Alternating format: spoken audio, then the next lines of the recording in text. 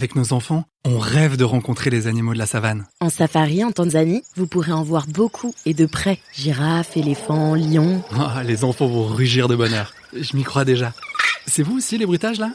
Avec Marco Vasco, ne rêvez plus. Vivez votre voyage l'esprit libre. On s'occupe de tout. Génial ! Avec ma femme, on voudrait aussi en profiter pour se relaxer. Alors direction Zanzibar après le safari pour découvrir la douceur de ces plages de sable fin. Je vous organise même une sortie en mer. Vous savez vraiment vous occuper de nous. Rendez-vous sur marcovasco.fr pour imaginer votre prochain voyage sur mesure. Les podcasts du Figaro. Chaque année, entre le casse-tête du menu démultiplié par les intolérances réelles ou imaginaires des invités, le crève-cœur écolo de voir un arbre coupé et ces cadeaux qu'on sait ne pas avoir de véritable utilité, se glisse une question déterminante pour faire passer le festin. Faut-il ou non apporter du vin ?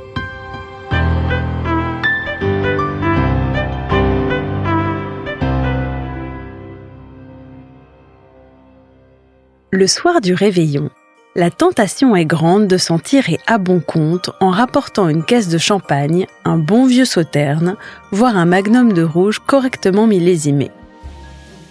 Pourtant, contre toute attente, si offrir une bouteille peut s'avérer être une excellente idée, il est très facile de commettre quelques grossières erreurs de savoir-vivre. Voici comment anticiper et mes conseils pour les éviter. Avant toute chose, il s'agira de s'informer discrètement sur les goûts du maître ou de la maîtresse de maison.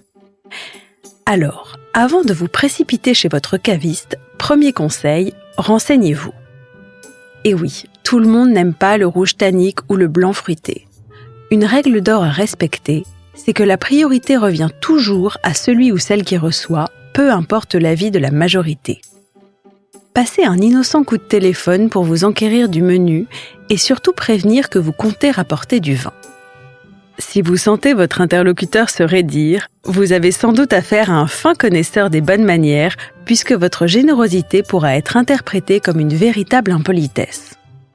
En proposant de vous occuper du vin, vous sous-entendez que votre hôte n'avait pas forcément prévu d'en ouvrir. Petite parade utile en cas de doute, proposez de venir avec du champagne, histoire de ne pas marcher sur ses plates-bandes. Conseil numéro 2, offrir le vin en cadeau, d'accord, mais sans imposer son ouverture immédiate. C'est le conseil de la baronne de Rothschild, et quelles que soient ses accointances en matière d'étiquette, on ne peut qu'approuver. Si vous apportez une bouteille en cadeau, ne faites pas une tête de croque-mort à une fête foraine si personne ne se précipite pour l'ouvrir. Il s'agit en réalité de la moindre des politesses que d'attendre le bon moment pour la déboucher. Mettez-vous à la place de cet hôte une petite seconde qui a soigneusement sélectionné chaque vin pour chaque plat. Et là, vous débarquez avec un Bordeaux tannique qui vole la vedette à son pouilly fumé. Autre conseil, se démarquer sans tomber dans l'erreur de casting.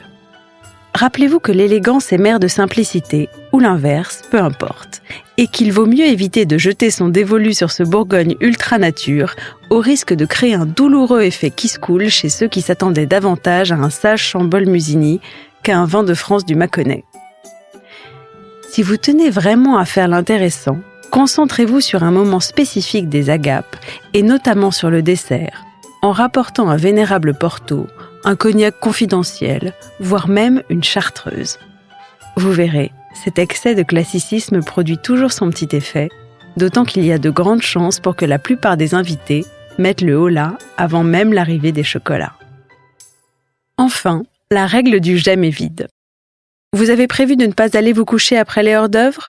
Dans la mesure où même ceux qui boivent peu ont tendance à lâcher les chiens le soir de Noël, je ne saurais que trop vous conseiller de rapporter non pas une, mais 2 bouteilles. Pas 3, au risque de passer pour un poivreau. Et ce n'est pas parce qu'il s'agit techniquement de votre vin, puisque vous en êtes le généreux donateur et que vous mourriez d'envie de le boire, qu'il faudra vous en servir davantage. Un tel geste pourra être interprété comme une marque de mépris à l'endroit des autres invités, qui laisserait penser qu'ils n'y connaissent rien et ne sont en quelque sorte que les cochons de la confiture. Gardez toujours un petit fond de verre et resservez l'ensemble de la table en priorité.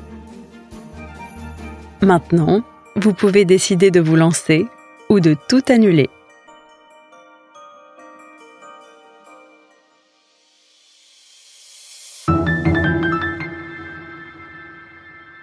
Merci d'avoir écouté ce podcast. Je suis Alicia Doré, journaliste vin. Vous pouvez retrouver Parlons Vin sur Figaro Radio, le site du Figaro et toutes les plateformes d'écoute. Si vous avez aimé cet épisode, n'hésitez pas à vous abonner et à laisser votre avis. À bientôt!